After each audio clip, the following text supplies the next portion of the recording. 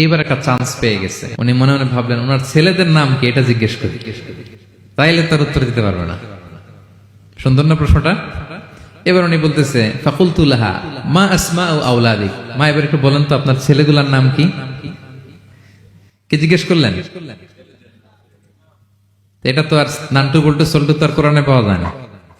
আমরা নাম রাখি কি সল্টু বল্টু, সল্টু বল্টু কোরআনে আছে নাই? তো উনি এবার চান্স নিলেন, এবার জিজ্ঞেস করি আপনার ছেলের নাম কি? এইবার আর উত্তর থাকবে না, অনেকক্ষণ আমার সাথে ইয়ে করছেন। তো জিজ্ঞেস করতেছে লাহা ওয়ামা আসমাউ আওলাদিক, আপনার ছেলেদের নাম কি একটু বলেন তো। এই প্রশ্নের উত্তরে উনি 3টা আয়াত তেলাওয়াত করছেন।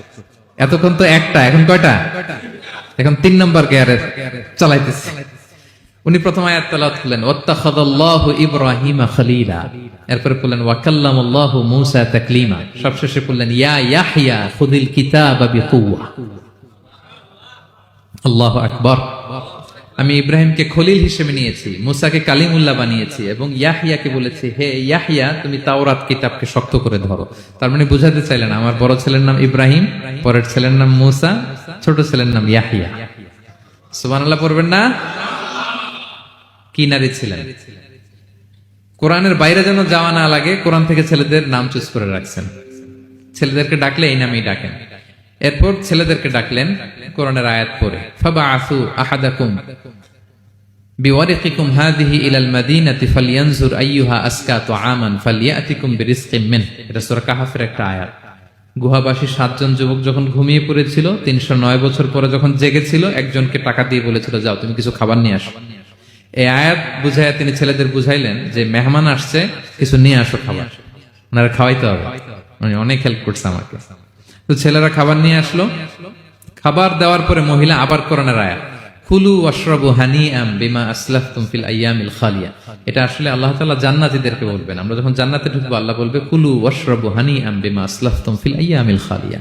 এই দুনিয়াতে এত জুলুম নির্যাতনের শিকার হয়েছে, এত নেক কাজ করেছো, প্রতিদান হিসেবে আজকে জান্নাতের এই নাজ নেয়ামত ভোগ করো।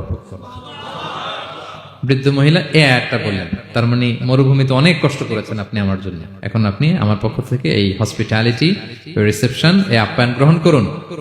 এবার উনি বলতে আরম্ভ করলেন, ছেলেদেরকে বললেন কুলতু আল আনা তুআমাকুম আলাইয়া হারাম, এই ছেলেরা এই খাবার আমার জন্য হারাম, হাত্তা তুখবিরুনি বিআমরিহা, যতক্ষণ না এই মহিলাকে, এর হিস্ট্রি যতক্ষণ না আমারে না বলো। আগে বলে এই ভদ্র মহিলা কে, কি তার ঘটনা। যতই দেখছি অবাক হচ্ছি, যতই শুনছি অবাক হচ্ছি, কে সে? যাই বলি শুধু কোরআন দিয়ে বলে, ঘটনাটা কি? এবার ছেলেরা বলল ফাকুলু হাযিহি উম্মুনা, ইনি আমাদের মা। লাহা আরবাউনা সানা, ওনার বয়স 40 বছর। লাম তাতাকাল্লাম ইল্লা বিল কুরআন, জীবনে কোনোদিন কোরআন ছাড়া মুখ দিয়ে অন্য কোনো কথা বলে নাই। মাখাফাতা আন তাযিল্লা ফায়াসখাতা আলাইহির রহমান, এই ভয়ে যে কোন কথায় আল্লাহ আবার নারাজ হয়ে যায়, আমার কোন কথায় আবার কোন ভুল হয়ে যায়, আমার কোন কথায় আবার রহমান আমার উপর নারাজ হয়ে যায়। এজন্য আমরা আমাদের জন্মের পরে জীবনে আমার মাকে কোরআন ছাড়া কোনো কথা বলতে শুনিনি। অবাক হলেন আব্দুল্লাহ ইবনে মুবারক, ইমাম বুখারীর উস্তাদ। উনি খাবার হাতে নিয়ে এবার বললেন যে উনি তো অনেক আয়াত বললো, এবার আমি একটা আয়াত বলি।